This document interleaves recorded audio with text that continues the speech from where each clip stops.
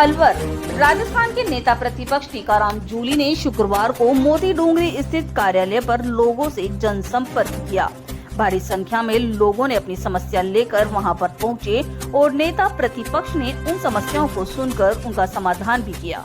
Media से बात करते समय नेता प्रतिपक्ष ने राजस्थान की कानून व्यवस्था पर सवाल उठाए। उन्होंने कहा कि राजस्थान के मुखिया भजन लाल को ही जान से मारने की धमकी मिल रही है। उससे पहले 2 दिन पूर्व डिप्टी सीएम प्रेमचंद बेरवा को धमकी मिली थी। उन्होंने कहा राजस्थान में कानूनी व्यवस्था बिल्कुल चौपट हो गई है।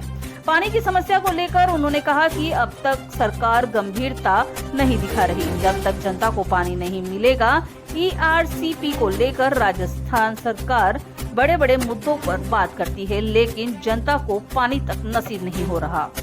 अलवर से संवाददाता जितेंद्र सेतिया की खास रिपोर्ट।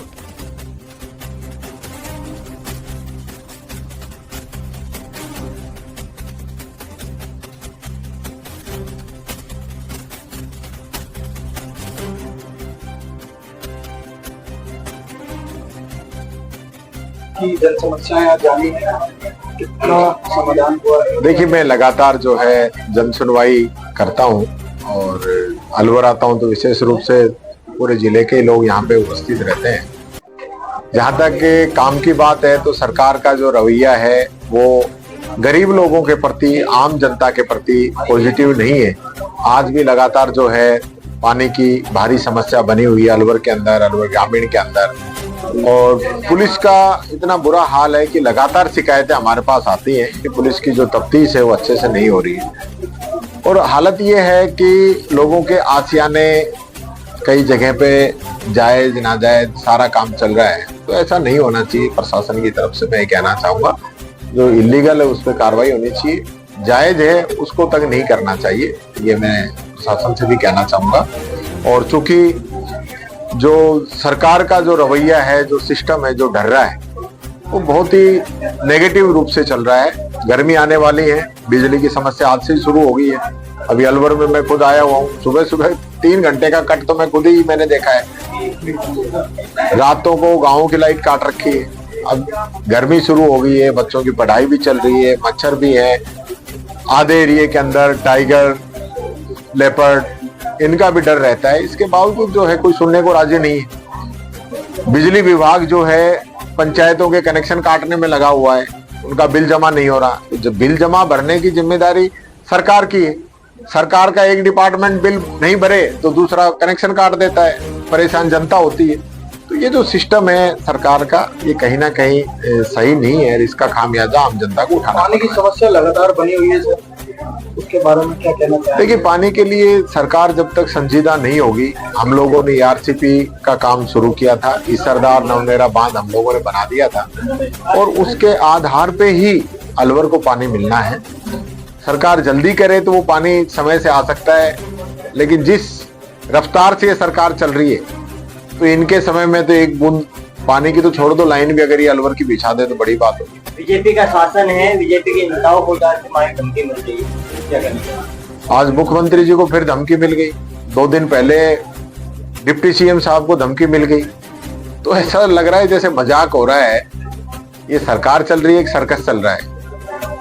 क्या लगता है सर, ये लोग सरकार के बावजूद कानून की पालना नहीं करवा पा रहे? कानून व्यवस्था चौपट है, किसी का ध्यान नहीं है, कोई मॉनिटरिंग नहीं है, कोई आगे की प्लानिंग नहीं है। जब तक ये सारी चीजें हम नहीं करेंगे तो इनकी जो इंटेलिजेंस एजेंसी है वो क्या कर रही है? सब लोग माल सूतने में लगे हुए हैं। कोई अवैध खनन करा रहा है, कोई अवैध बजरी निकलवा रहा है, कोई अवैध प्लॉटिंग करा रहा है। इसमें पूरा प्रशासन लगा हुआ है, सरकार को चिंता है नहीं। आपके क्षेत्र में कुछ नेता ज्यादा कब्जा कर रहे हैं बीजेपी? हमारा एक भी नेता ऐसा नहीं मिलेगा आपको। बीजेपी के लोग हैं जो मंदिर की बात करते हैं, मंदिर माफी की जमीनों पे कब्जा करते हैं। मैं तो कहना चाहूंगा प्रशासन से सख्त एक्शन ले, उन पे कार्रवाई होनी चाहिए। मैंने तो विधानसभा में भी इस मामले को उठाया। डॉक्टर किरोड़ीलाल मीणा अपने ही नेता पर जमीन माफी की कार्रवाई कर रहे हैं, क्या कहते हैं? डॉक्टर किरोड़ी जी तो मुख्यमंत्री जी पे भी आरोप लगा रहे हैं कि रोज 1 करोड़ की 7 करोड़ की बजरी निकल रही है, तो उस पर कार्रवाई नहीं हो रही। किरोड़ी जी सही कह रहे हैं, किरोड़ी जी की बात को सरकार को सुनना चाहिए। सर एक तरफ तो मुख्यमंत्री जी ये कहते हैं सरपंचों को कि आप जो बजट है वो लगाइए अपने क्षेत्र में, लेकिन आपकी जन सुनवाई में नजर आया कि कई सरपंच ऐसे थे जिनका बजट अटका हुआ है लेकिन वो लगा नहीं पा रहे हैं क्योंकि वो क्षेत्र जो है वो नगर निगम के अंडर में आ गए हैं। देखिए, हाथी के दांत खाने के कुछ होते हैं और दिखाने के कुछ होते हैं। ये जो बात है ये हमारे मुख्यमंत्री जी पे लागू होती है। मैंने विधानसभा में भी ये मामला उठाया कि आप कह रहे हो कि पैसा उड़ रहा है, पैसा लेने वाला चाहिए। मैंने उस दिन भी कहा था 3500 करोड़ तो नरेगा के बाकी है, एसएफसी की किस्तें समय पे नहीं पहुंच रही है, जो काम आ गए उनके पैसे समय पे सरपंचों को नहीं मिल रहे हैं, सरपंचों के चुनाव तक आप नहीं करा पा रहे हो, तो आप सरपंचों की क्या बात करें।